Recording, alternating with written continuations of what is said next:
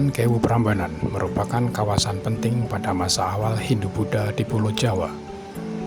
Kawasan ini diperkirakan sebagai metropolitan pada masa tersebut. Hal ini ditandai dengan banyaknya temuan arkeologis di wilayah ini. Keraton Ratu Boko. Nama ini pada awalnya diperkenalkan oleh F.D.K. Bos, seorang ahli sejarah Belanda di pertengahan abad 19. Meskipun kompleks seluas lebih dari 25 hektar ini sudah ditemukan sejak akhir tahun 1700-an, namun penamaan tempat ini dengan nama Keraton Ratu Boko baru diperkenalkan oleh F.D.K. Bos 1 abad kemudian. Keraton Ratu Boko hingga sekarang masih menjadi misteri sendiri di kalangan ahli sejarah. Banyaknya perdebatan mengenai kompleks kawasan ini membuat sebagian besar masyarakat lebih memilih kawasan purbakala ini tak lebih dari sekedar tempat berwisata yang nyaman daripada sisi penting sejarahnya. Kompleks Keraton Ratu Boko terletak di atas perbukitan Boko dalam gugusan Bukit Batur Agung di Kecamatan Prambanan, Sleman, Yogyakarta. Kawasan seluas lebih kurang 25 hektar ini terdiri dari bangunan-bangunan dari masa Mataram kuno yang berupa gapura, pagar keliling, bangunan pemujaan, pendapa, kolam patirtaan, goa, dan sarana jalan.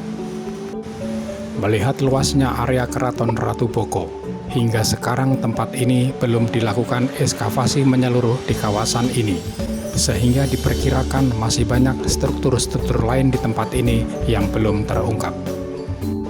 Keraton Ratu Boko memiliki pintu masuk dari arah barat, di mana di area ini ditandai dengan gapura luar yang terdapat pagar keliling dan akses jalan dari tatanan batu putih menuju gapura utama.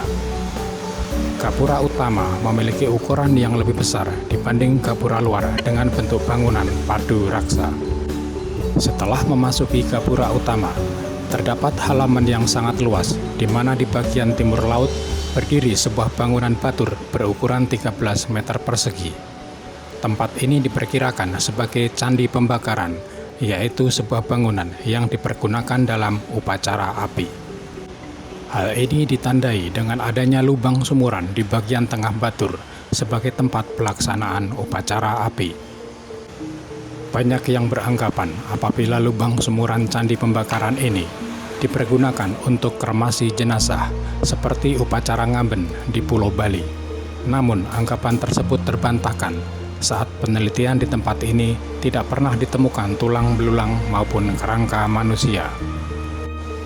Di sebelah timur candi pembakaran terdapat sebuah kolam yang disebut dengan sumur suci.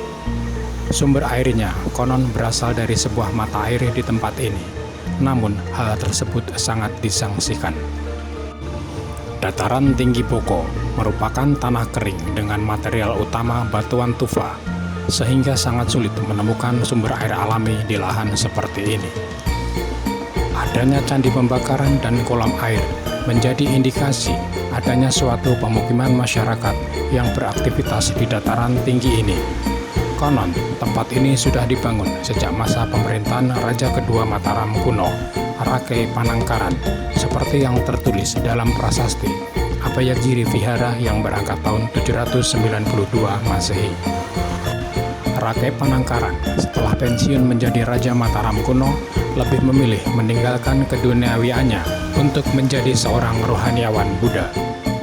Kondisi tersebut bisa digambarkan di tempat ini, manakala di dataran tinggi yang tandus banyak ditemukan jejak-jejak aktivitas manusia dalam jangka waktu yang cukup lama.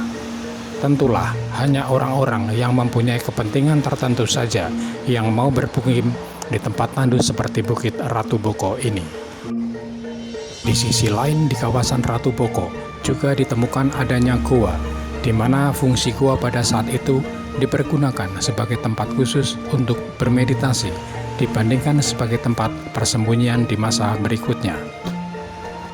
Adanya patirtaan yang kini disebut dengan Komplek Keputren.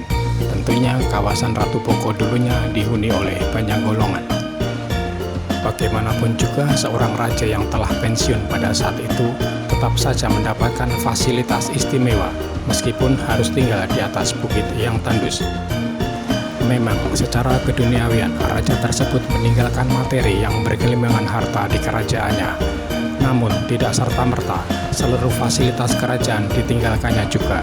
Sehingga tak heran apabila di Bukit Tandus ini hingga sekarang belum pernah ditemukan harta perhiasan sang raja yang dahulu bermukim di tempat ini. Namun tempat suci ini tercoreng setelah raja mangkat. Tempat yang didirikan sebagai kawasan rohani beralih fungsi menjadi benteng militer. Habislah masa ketenangan di Keraton Ratu Boko, berganti menjadi titik kehancuran kerajaan besar di Nusantara, Medang, Ibumi, Mataram.